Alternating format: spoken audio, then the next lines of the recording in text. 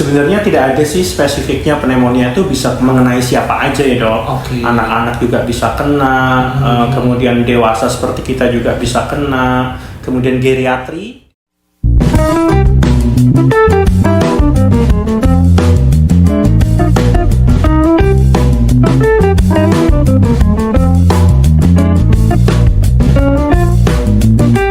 Halo sahabat Hermina, kembali lagi di dalam podcast Hermina bersama saya. Dan hari ini kita akan kembali membahas suatu pembahasan yang tidak kalah menarik dari podcast-podcast yang sebelumnya. Nah, sudah hadir bersama saya di sini narasumber kita, yaitu Dr. Fahri Setiawan. Ya, Halo dokter. Halo. Sapa dulu dong. Halo sahabat Hermina. Dr. Fahri Setiawan adalah dokter spesialis pulmonologis ya dok ya, atau spesialis paru teman-teman. Nah, untuk topik hari ini kita akan membahas mengenai pneumonia ya dok ya. Ya, gitu. Oke, langsung aja kita masuk ke dalam topiknya. Baik, dok, mengenai pneumonia nih hari ini ya dok. Sebenarnya pneumonia itu apa sih?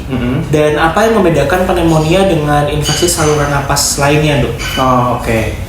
Jadi kalau pneumonia itu yang biasa kita kenal itu adalah infeksi saluran pernapasan. Jadi kalau pneumonia dia infeksinya itu di jaringan parunya dok, gitu. Jadi infeksi yang menyerang di jaringan paru. Nah itu yang kita sebut sebagai pneumonia. Bagaimana dia membedakan dengan penyakit infeksi yang lainnya? Kalau pneumonia itu biasanya gejalanya itu gejala akut, gitu ya. Kalau infeksi paru yang lain yang sering kita kenal itu kayak TBC, TB paru gitu ya. Itu biasanya gejalanya lebih kronik tuh dok. Bisa sampai 2 minggu batuk, kemudian demam, kemudian penurunan berat badan gitu ya. Itu gejalanya lebih kronik. Kalau pneumonia itu lebih akut dok. Gejalanya itu sekitar 5 sampai dengan 7 hari gitu.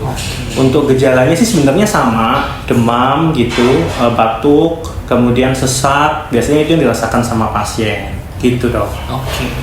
Jadi pneumonia itu yang sakit itu bagian jaringan paru ya dok ya? Iya. Dan betul. yang membedakan itu kalau pneumonia itu akut bisa sampai 5 hari. Kalau yang lain itu kronis bisa lebih dari 5 hari bahkan bisa berbulan-bulan ya dok. Betul. Lalu apa sih dok gejala pneumonia ini?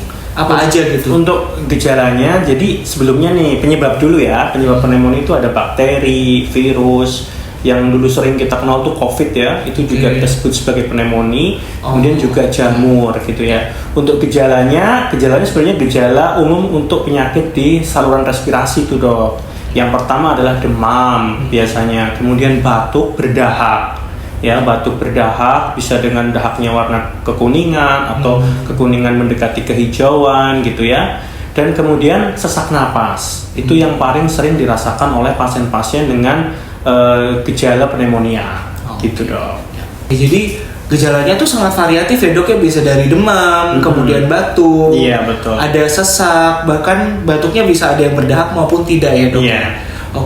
Kalau pneumonia ini sebenarnya siapa aja sih dok yang paling rentan terkena? Apakah anak-anak ataukah orang dewasa seperti kita tuh juga bisa, atau lansia itu siapa dok? Sebenarnya tidak ada sih spesifiknya pneumonia itu bisa mengenai siapa aja ya dok. Anak-anak juga bisa kena, kemudian dewasa seperti kita juga bisa kena, kemudian geriatri di atas 55 tahun itu juga bisa rentan sekali untuk terjadi pneumonia. Kemudian pasien-pasien dengan penurunan dari fungsi kekebalan tubuh tuh dok, atau fungsi imun. Contohnya pada orang-orang dengan diabetes mellitus, orang-orang dengan riwayat transplantasi organ, atau orang-orang dengan riwayat HIV. Itu biasanya rentan sekali untuk terkena pneumonia ini. Jadi memang tidak ada spesifik pneumonia itu kena anak-anak atau dewasa atau lansia, semuanya bisa kena, bahkan terutama tadi yang memiliki penurunan kekebalan tubuh ya dok, kayak pasien dengan diabetes mellitus, kemudian HIV ya dok ya. Lalu dari tadi gejala tuh dok, kan udah ada batuk, ada demam ya, kemudian bisa berdahak maupun tidak. Kalau memang sudah keluar gejala seperti itu, kapan sih dok harus ke dokter?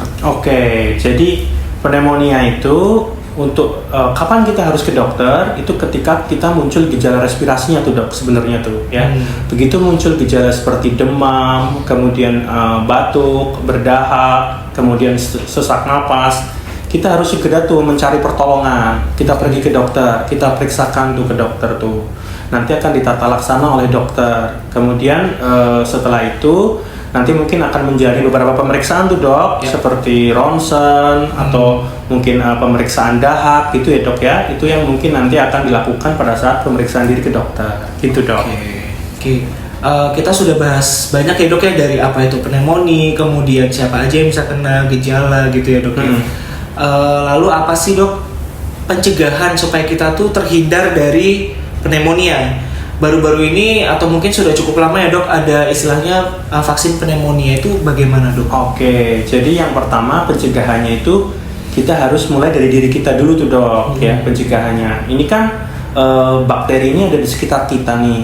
Nah, sementara kita ketahui kalau kualitas udara itu akhir-akhir ini tuh nggak begitu bagus gitu. Khususnya kalau di kota-kota besar tuh Indonesia tuh sering sekali kalau kita lihat indeks pencemaran udaranya tuh atau kita nilai pakai IQR tuh sekitar 65 gitu. Batas-batas yang udah mulai berbahaya ya. Nah, sehingga yang paling bisa kita lakukan adalah satu, menggunakan masker gitu untuk mencegah. Kemudian yang kedua, rajin cuci tangan gitu. Kemudian untuk vaksin, nah vaksin ini sebenarnya cukup baik nih kalau orang-orang ingin vaksin untuk vaksin pneumonia. Di Indonesia itu ada vaksin namanya vaksin PCV 13 dan vaksin PPSV ya untuk pneumonia. Biasanya itu direkomendasikan untuk orang-orang kalau saat ini itu untuk orang-orang usia 65 tahun ke atas itu rentan. Tapi kalau yang muda-muda mau vaksin juga nggak apa-apa gitu ya.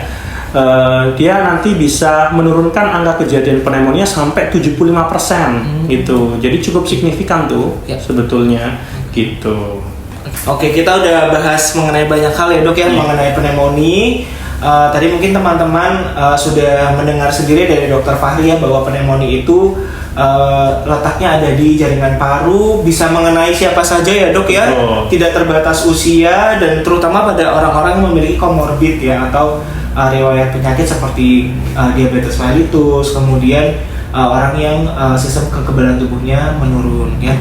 Langkah yang bisa kita lakukan salah satunya adalah menjaga diri supaya tidak terkena pneumonia, bisa menggunakan masker, kemudian juga tidak lupa untuk segera ke dokter bila sudah muncul gejala ya dok ya, sudah muncul gejala batuk, demam dan lain-lain. Oke, mungkin sampai sini saja Dokter Fahri. Terima kasih banyak atas kontribusinya hari ini. Kita sampai jumpa dulu ya sama teman-teman. Sampai jumpa.